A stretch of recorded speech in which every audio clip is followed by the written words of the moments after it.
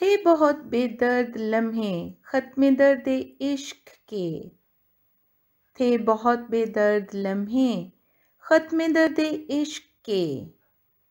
थीं बहुत बेमेहर सुबहें मेहरबां रातों के बाद।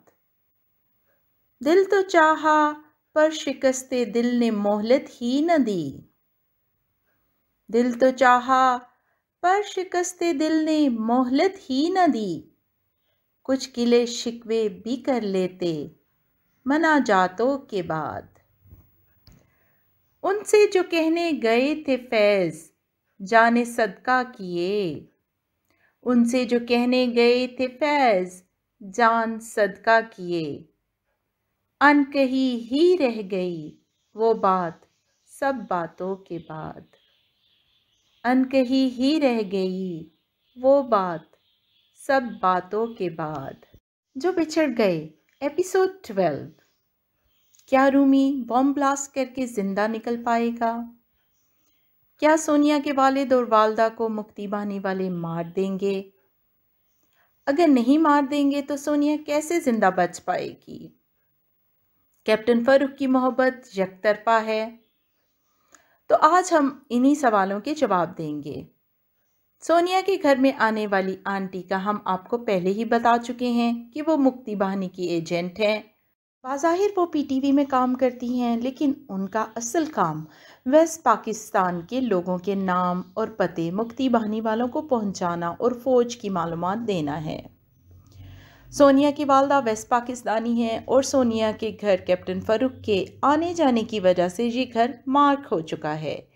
इसीलिए ये आंटी इस बार सोनिया को बहाने से अपने ऑफिस बुलाकर कहती हैं कि बांग्लादेश को मान लो पाकिस्तान अब हिस्ट्री था, वरना तुम्हें कोई नहीं बचा सकेगा।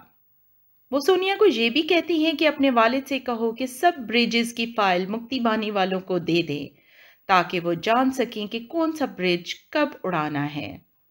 सोनिया इनकार करती है तो वो खुद सोनिया के घर ज़बरदस्ती घुस आती हैं अपने 2 कारिंदा लड़कों के साथ और सोनिया को मसरूफ़ करके अनवारुल हक साहब के ड्रॉर में से फाइल निकलवा लेती हैं। सोनिया उनकी आमद के मकसद से बेखबर है।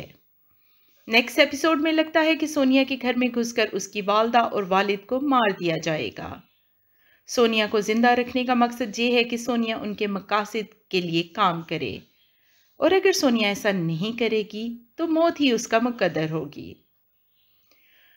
रूमी गवर्नर हाउस में बम समेत एंटर होने में कामयाब हो जाता है और बम एक जगह छुपाकर मुनासिब वक्त का इंतज़ार करता है।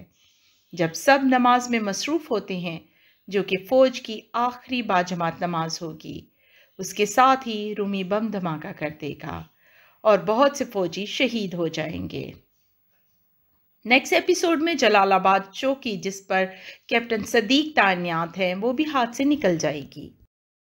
एपिसोड 12 में 17 नवंबर 1971 तक का वक्त आ चुका है। अब सिर्फ आखिरी महीना बचा है जंग का। फ़ौज बेबस है।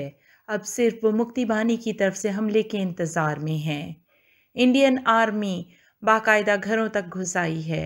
बांग्लादेश में हर मछेरा, हर किसान इस वक्त सिपाही है। वो आज़ादी से कम की बात पर राज़ी ही नहीं है। वेस्ट एंड पर तो अभी तक मज़ाकरात के ख्वाब देखे जा रहे हैं।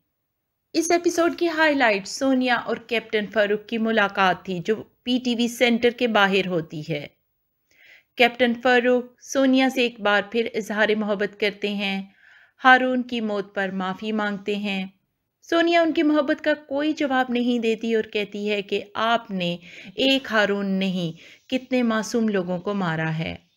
तो कैप्टन फ़रूक कहते हैं कि हम सिर्फ 15,000 फ़ौजी हैं और ईस्ट प्रोविंस की आबादी 6 करोड़ है। हम अपना दिफा करने में नाकाम हैं। अपने साथियों की मदद नहीं कर सकते। हम जेनोसाइड कैसे कर सकते हैं? हम तादाद में इतने कम हैं और स्कैटर्ड हैं। ये काम एक हिडन आर्मी कर रही है और इल्ज़ाम हम पर आ रहा है। सोनिया उनकी बात समझकर माफ़ी मांगती है, लेकिन तारीख से ये स्याह हरूफ आज तक मिट नहीं पाए, क्योंकि तारीख सियासतदान या फिर लोग लिखते हैं, फ़ौजी नहीं। फ़ौज तो बस जान देने के लिए होती है।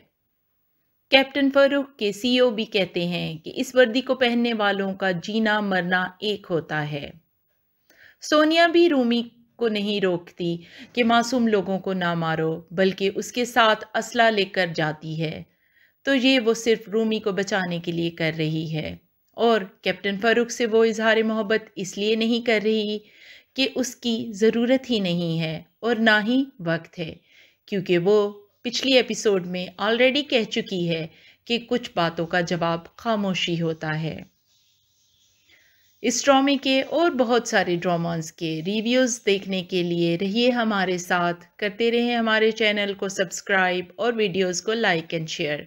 मिलते हैं दोबारा।